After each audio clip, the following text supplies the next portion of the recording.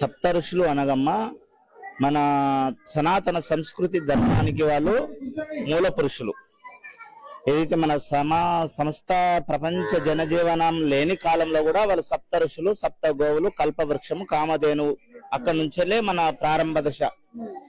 ఎప్పుడైతే కల్పవృక్షం వచ్చిందో ఆ కల్పవృక్షములో కల్పము అనగా ఎన్నో కల్పాలను సృష్టి చేసుకొని వచ్చినటువంటిది కల్పము. ఎప్పుడైతే గోవు సంరక్షణ ఉంటుందో, గోవు చల్లగా ఉంటుందో అప్పుడే దేశం సుభిక్షంగా ఉంటుంది. ఈ దేశంకు పంచ పాండవుల గడ్డ, నడిగడ్డ, సంతోషంగా ఇళ్ళ కళ్ళ దీవెన పరిపూర్ణంగా సంతోషంగా ఉండాలి.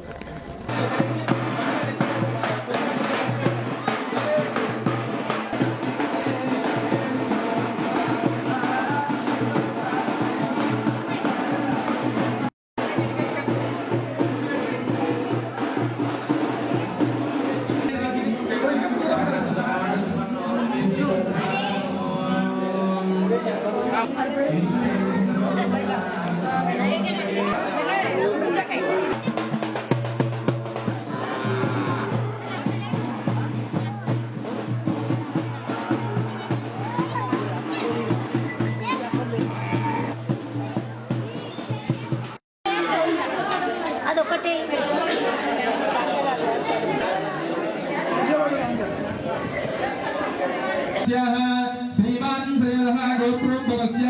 అందరికీ నమస్తే అండి.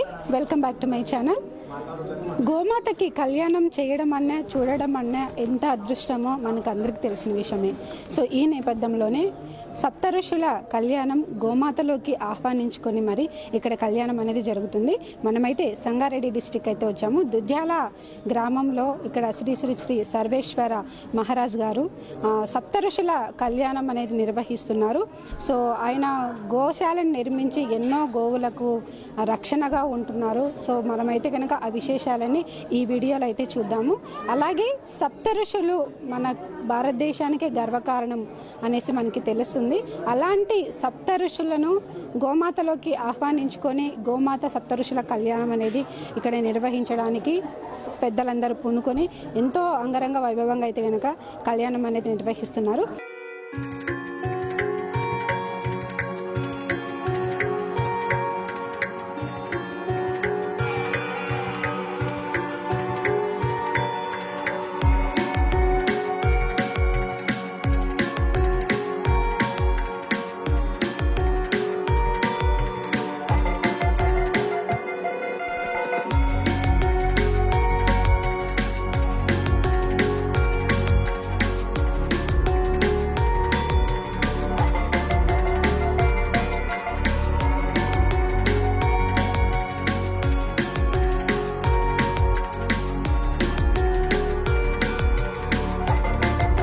సో మనతో పాటు అయితే కనుక సర్వేశ్వర మహారాజ్ గారు అయితే ఉన్నారు. మనమైతే కొన్ని విషయాలు అయితే మాట్లాడి తెలుసుకునే ప్రయత్నం అయితే చేద్దాము. స్వామి నమస్తే. స్వామి నమస్కారం. ఇప్పుడు సప్త ఋషులు అంటే మనకు ఎంతో గర్వకారణం మన భారతదేశానికి. అంతటి సప్త ఋషులను గోమాతలో ఆహ్వానించుకొని ఇక్కడ కళ్యాణం అనేది నిర్వహిస్తున్నారు. సో దీని గురించి మీరు ఏం చెప్తారు స్వామి? సప్త ఋషులు అనగమ్మ మన సనాతన సంస్కృతి ధర్మానికి వాళ్ళు మూల పురుషులు. ఏదైతే మన సమస్త ప్రపంచ జనజీవనం లేని కాలంలో కూడా వాళ్ళు సప్త ఋషులు, సప్త గోవులు, కల్పవృక్షము, కామధేనువు, అక్కడి నుంచెల్లే మన ప్రారంభ దశ. ఎప్పుడైతే కల్పవృక్షం వచ్చిందో ఆ కల్పవృక్షములో కల్పము అనగా ఎన్నో కల్పాలను సృష్టి చేసుకొని వచ్చినటువంటిది కల్పము. అటువంటి కల్పములో నుంచి జాలువారినటువంటి జ్ఞాన బీజాలు, మనోబీజాలు, వ్యక్తిగత బీజాలు, సాంస్కృతిక బీజాలు మన సనాతన ధర్మానికి సప్త ఋషులు అనేటటువంటి వారిని ఈ కల్పవృక్షం ద్వారా సృష్టింపజేసి ఆ కల్పవృక్షం నుండి వారికి కావలసినటువంటి జీవన విధానాన్ని పొందడానికి ఆ కల్పవృక్షం ద్వారా సమస్త సుఖాలు, సమస్త సంపదలు, సర్వసుఖ సంపదలను అందించేటటువంటి ఒక శక్తి ఈ కల్పవృక్షంలో ఉంది. కల్పవృక్షము అనగా అక్కడ ఏమీ తక్కువ లేదు అని అర్థం. కల్పవృక్షం కింద అష్టైశ్వర్యాలు, ధనధాన్యాలు తులతూగుతుండేటటువంటి యొక్క వృక్షాన్ని కల్పవృక్షం అంటారు. కల్పవృక్షం నుంచి కామధేను ఉద్భవించింది. ఆ కామధేను ఉద్భవించింది. ఆ కామధేను నుంచి సప్తమహా ఋషులకు కామధేను నుంచి కావలసినటువంటి వారికి ఒక్కొక్క ఋషికి ఒక్కొక్క గోమాతను ఆ కల్పవృక్షం ప్రసాదింపజేశాది. ఆ విధంగా సప్త ఋషులలో మొట్టమొదలుగా సురభి అనేటటువంటిది గోమాత మన సనాతన సంస్కృతిలో మొట్టమొదలు ఈ కల్పవృక్షం నుంచి ఉద్భవించి ఋషులకు అంకితమైందన్నమాట. ఆ ఋషులను పెంచి పోషించేటటువంటి తల్లి కల్పవృక్షం. ఈ కల్పవృక్షం నుంచి కామధేను అనగా వృషభం, ఎద్దు. ఆ ఎద్దు సనాతన కాలంలో భూమిని దుక్కి చేసి పంట వండించి భూమిని మెదుగు చేసేటటువంటిది వృషభం అయితే, కల్పవృక్షము జన్మనిస్తే అక్కడ సురభి అనేటటువంటి యొక్క గోవు వీరికి పాలనిచ్చి, నెయ్యినిచ్చి, వెన్ననిచ్చి, సల్లనిచ్చి వీళ్ళకి సల్లగా చూసుకున్నదన్నమాట. సప్త మహర్షులకు ఒకే ఆవు నుంచి 5 రకాల పంచగవ్యములు ఇచ్చేటటువంటి యొక్క సురభి, ఆ సురభి తల్లి నుంచి ఈ సప్త మహర్షులు, ఆ సప్త అంటే 7 ఋషులు 7 గోవులను ఒక్కొక్కరికి ఒక్కొక్క గోవును ప్రసాదింపజేయడం జరిగిందనమాట. దాన్ని దృష్టిలో పెట్టుకొని ఈ కలికాలంలో ఆనాటి నుంచి నేటి వరకు ఎన్నో యుగాలు గడుస్తున్నాయి, ఎన్నో సంస్కరణలు గడుస్తున్నాయి, ఎన్నో మతాలు వచ్చినాయి, ఎన్నో విదేశీ విదర్భీలు వచ్చారు. అయినా మన ధర్మం, ఈ ఋషి సప్తకము, ఋషి సాంప్రదాయం ఎవరిని కూడా గుంజుకోలేకపోయినరు. మన యొక్క ధర్మం చాలా విశిష్టమైనటువంటిదమ్మా. మన ధర్మం చాలా గొప్పది.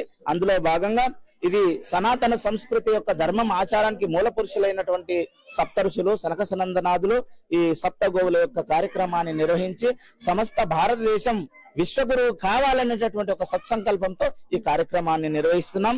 ప్రపంచ దేశాలన్నీ పాడైపోయినా భారతదేశం, నా దేశం ఎక్కడ పాడు కాదు అనేటటువంటిది ప్రపంచంలో ఒక భారతదేశం ఒకటే మిగులుతుందని ఈ గోమాత యొక్క ప్రామాణికంగా చేసి తెలియజేస్తూ ఆశీర్వాదం చేస్తున్నామ్మా. మంగళ శాసనం. నికారణ శాంత్యార్థం విశ్వ శాంత్యార్థం మమ ధర్మ రక్షణార్థం శ్రీమహ విశ్వపాలిని జగదంబ గోదేవత వృషభ కళ్యాణ సప్త ఋషి సమేత గోమాత కళ్యాణ మహోత్సవ పూజాంచ బ్రాహ్మణ మహేశ్వర సహాయేన మమ కరిష్యే. మీ దగ్గర చేతులు నక్షత్ర చెంబులో వేసేసి అందులో ఇంకా పసుపు కుంకుమ వేసి చేయమోయండి.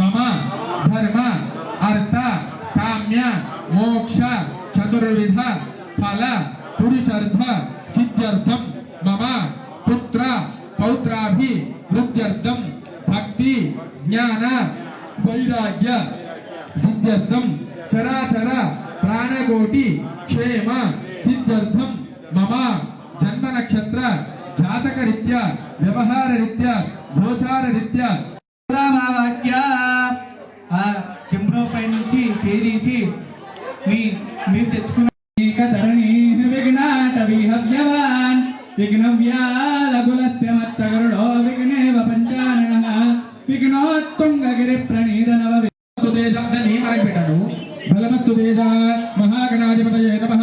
యజ్ఞోపవీతం సమర్పయామి. ఒక పుష్పానికి పసుపు కుంకుమల దగ్గర గణపతి దగ్గర పెట్టండి. భద్రంకరణే విష్ణుయామ దేవాః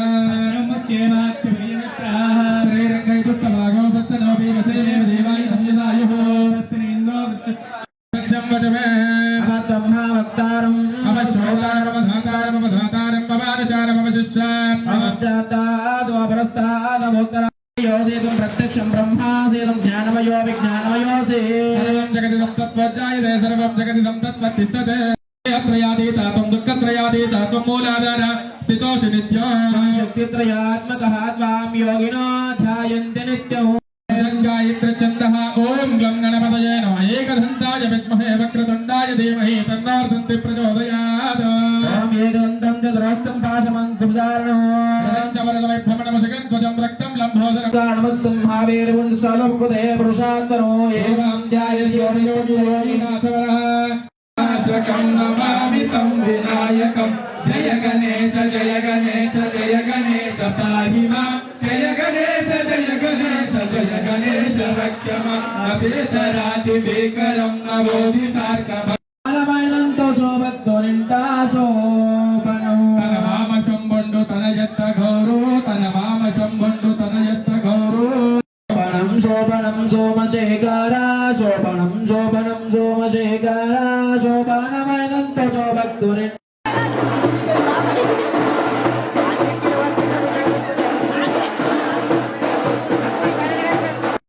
కామ సమృద్ధత బుద్ధత బుద్ధి సమృద్ధత స్వస్తి కింద పట్టుకున్నాం చెయ్యి ఆరోగ్యమస్తు స్వస్తి సర్వ సమృద్ధి అస్తు. జీలకర్ర బెల్లం అనేటటువంటిది వివాహ కార్యక్రమంలో మనం ఎందుకు పెడతారంటే విశేషమైనటువంటి గర్భం ఈ జీలకర్ర బెల్లం.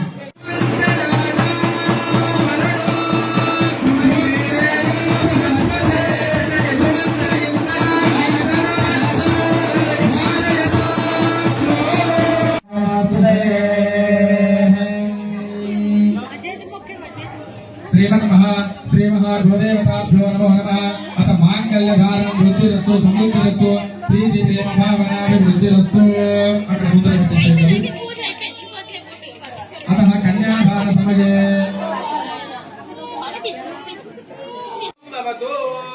స్వస్తి శుభం శుభం చెప్పండి అందరూ కూడా. నేత్రే చ పౌత్రే చ పుత్రాయ పౌత్రాయ వరాయ ఓ దేవత వృషభ దేవత స్వరూపాయ కన్యాదానం సంప్రదతే.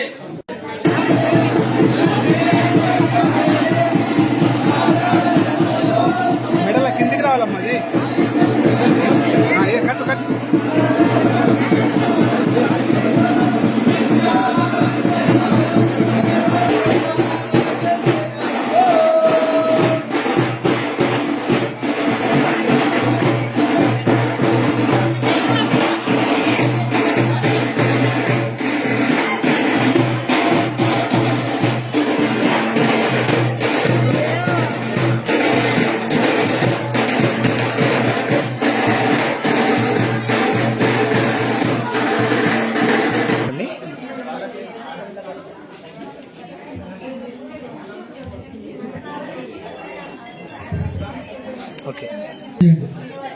విఘ్నేశ్వరో విఘ్న విఘోరకారే నిర్విఘ్నకార్యేషు ఫలాంత శుద్ధి.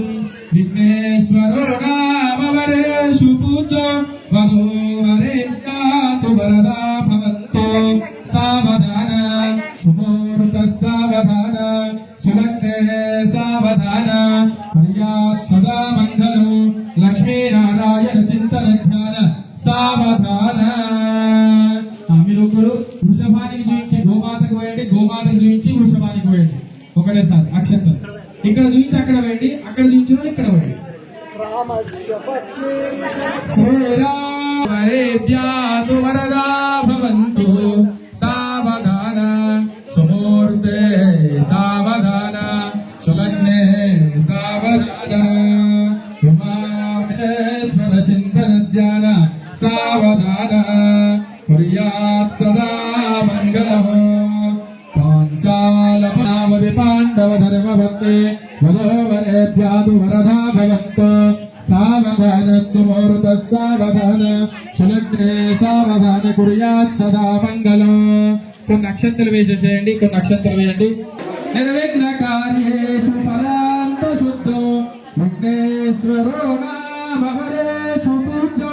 పూజేనమ్మా. నిర్విఘ్న కార్యేషు ఫలాంత శుద్ధో సభగ్నే సీతాంగన సుందర కోమలాంగే పీతాంబరో రత్న విభూషణాఢ్యాం వధూవరేభ్యాతు వరదా భవంతు.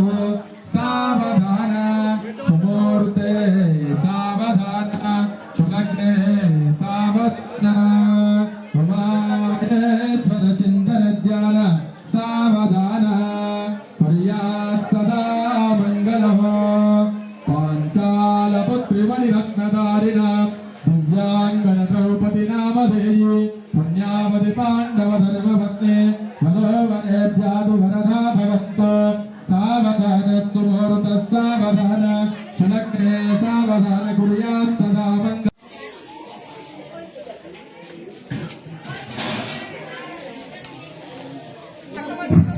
శనగపప్పు బెల్లం తీసుకొచ్చి చూడటం వాటి ముందర పెట్టి చూపించేసేయండి.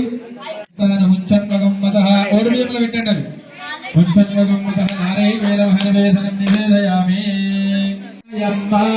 దేవాదిదేవి మంగళంబులు గనగరామమ్మ ఉజ్జగంబులు గన్నమాయమ్మ దేవాదుకి నీవే మొగ్గురమ్మల మూలము ముమ్మూర్తుల శక్తి నీవే మొగ్గురమ్మల మూల నీవే ఉదితలకు మాంగళ్య రక్షణ చేసి పురుషుడి తల్లి నీవే ఉజ్జగంబులు గన్నమాయమ్మ దేవాదిదేవి మంగళంబులు గనగరామమ్మ వారణాసి విశాలాక్షివే శ్రీ విశ్వనాథుని భాగమునందు వెలుగునువే వారణాసి విశాలాక్షివే మమ్మేలవేరా మల్లికార్జున మంగళమును కైకోరా మహాతపో మహిమ సారా మమ్మేలవేరా మల్లికార్జున మంగళమును కైకోరా. ఋషేశ్వర భగవాన్ కి జగదంబా గోమాతా కి జయ జగదంబా గోమాతా కి అత్రి మహర్షి అనసూయా దేవి మాతా కి వశిష్ఠ మహర్షి అరుంధతి దేవి మాతా కి కశ్యప సంహారిణి అదితి దేవి మాతా కి గౌతమ మహర్షి ఆల్యా దేవి మాతా కి భారద్వాజ మహర్షి శీలా దేవి మాతా కి యమదగ్ని మహర్షి రేణుకా దేవి మాతా కి విశ్వామిత్ర మహర్షి మేనకా దేవి మాతా కి జై జగదంబా గో మాతా కి జై గో మాతా కి గో మాతా కి. సప్త ఋషుల కళ్యాణం అనేది నిర్వహించారు దుద్యాల గ్రామంలో. సో ఎంతో అంగరంగ వైభవంగా అయితే గోమాతకు కళ్యాణం చేశారు. సప్త ఋషులు మన భారతదేశానికి గర్వకారణం అని చెప్పుకోవచ్చు. సో మనమైతే ఈ కళ్యాణం గురించి మనం గ్రామస్తులను అయితే కొన్ని విషయాలు అయితే అడిగి తెలుసుకునే ప్రయత్నం అయితే చేద్దాము. నమస్తే అండి. నమస్కారం అండి. ఈరోజు కళ్యాణం జరిగింది. గోమాతలో సప్త ఋషులను ఆహ్వానించుకొని మరి కళ్యాణం చేశారు. దీని గురించి మీరేం చెప్తారు? మాది గ్రామము అచ్చంపేట నిజాంసార్ మండలంలో. స్వామి దగ్గరికి ప్రతిసారి వస్తుంటాం మేము. ఈ కళ్యాణంలో మేము కూడా పాల్గొన్నాము. ఏ జన్మల ఈ పుణ్యం ఉంటేనే ఈ కళ్యాణానికి అవకాశం భగవంతుడు ఇస్తాడు. ఆ అవకాశం మాకు కూడా దక్కినందుకు మా అంబికాశివయోగి మహారాజుకు కృతజ్ఞతలు తెలియజేసుకుంటున్నాము. అలాగనే ఈ సప్త ఋషుల కళ్యాణం ఎక్కడ యావత్ ప్రపంచంలో ఇప్పటి వరకు నేను ఎక్కడ కూడా వినలేదు. ఈ ఫస్ట్ టైం వింటున్నాను. ఈ కళ్యాణం చేయడం అనేది చాలా పుణ్యమైనది. అందులో మేము పాల్గొన్నందుకు మా జన్మ సార్థకతమైనదిగా భావిస్తున్నాము. అది కూడా మా మహారాజు దయ వలన మా అవకాశం దక్కినందుకు మాకు ఎంతో పుణ్యం దక్కిందని భావిస్తున్నాము. నేల్కల్ మండల్ గ్రామం ఖలీల్పూర్ మెదక్ జిల్లా. ఇక్కడ స్వామి ఏమి గోపూజ చేసిండు, దుద్దాలము అప్పగారు మంచిగా పూజలో పాల్గొన్నాం. మేము ఎప్పుడు ఇటువంటి కార్యక్రమము నేను ఇంతవరకు చూడలేదు. మంచిగా జరిగింది. సంతోషం మాకు. మాది మలకపురం జీరాబాద్ దగ్గర. మేము అప్ప దగ్గరికి వచ్చినాము, దుద్దాలం అప్పగారి దగ్గరికి. మా ఏజ్ ఇంత అయింది కదా, కానీ ఎవరు గుట్ట ఇట్లా గోవు పూజ ఆవు పూజ ఎవరు చేసింది గుట్ట మా చెవిలో పడలేదు.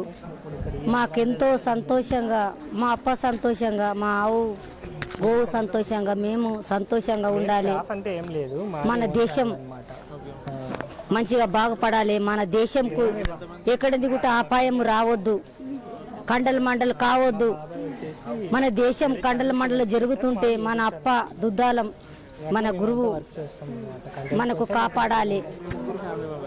ఇది మా తల్లి ఆదిశక్తి అమ్మవారు జగదంబ శివోజీ ఈ దేశంకు పంచ పాండవుల గడ్డ నడిగడ్డ. సంతోషంగా ఇళ్ళ కళ్ళల దీవెన పరిపూర్ణంగా సంతోషంగా ఉండాలి. పేరు జ్ఞానేశ్వరి. మేము అచ్చంపేట గ్రామం నుండి వచ్చాము. మేము గత 10 సంవత్సరాల నుండి వస్తున్నాము ఇక్కడికి. సప్త గోవుల కళ్యాణం అందులో పాల్గొనడం చాలా సంతోషంగా ఉంది. ఎన్నో జన్మల పుణ్యం ఉంటే తప్ప ఇక్కడ మాకు ఈ అవకాశం దొరికినందుకు చాలా సంతోషిస్తున్నాము. ధన్యవాదాలు. జై గోమాతాకి జై. అందరికీ జై శ్రీరామ్. ఈరోజు దుద్యాల గ్రామం లోపల ఎంతో ప్రసిద్ధమైనటువంటి క్షేత్రం లోపల ఎంతో అద్భుతంగా గో కళ్యాణం నిర్వహించడం జరిగింది దుద్దాల ఆశ్రమం లోపల. కాబట్టి ఎక్కడైతే గోవు సంరక్షణ ఉంటుందో, ఎక్కడైతే గోవు తిరగబడుతుందో అక్కడ దేశం ధర్మం సుభిక్షంగా ఉంటుందని చెప్పేసి మనకు శాస్త్రాలు చెప్తా ఉన్నాయి.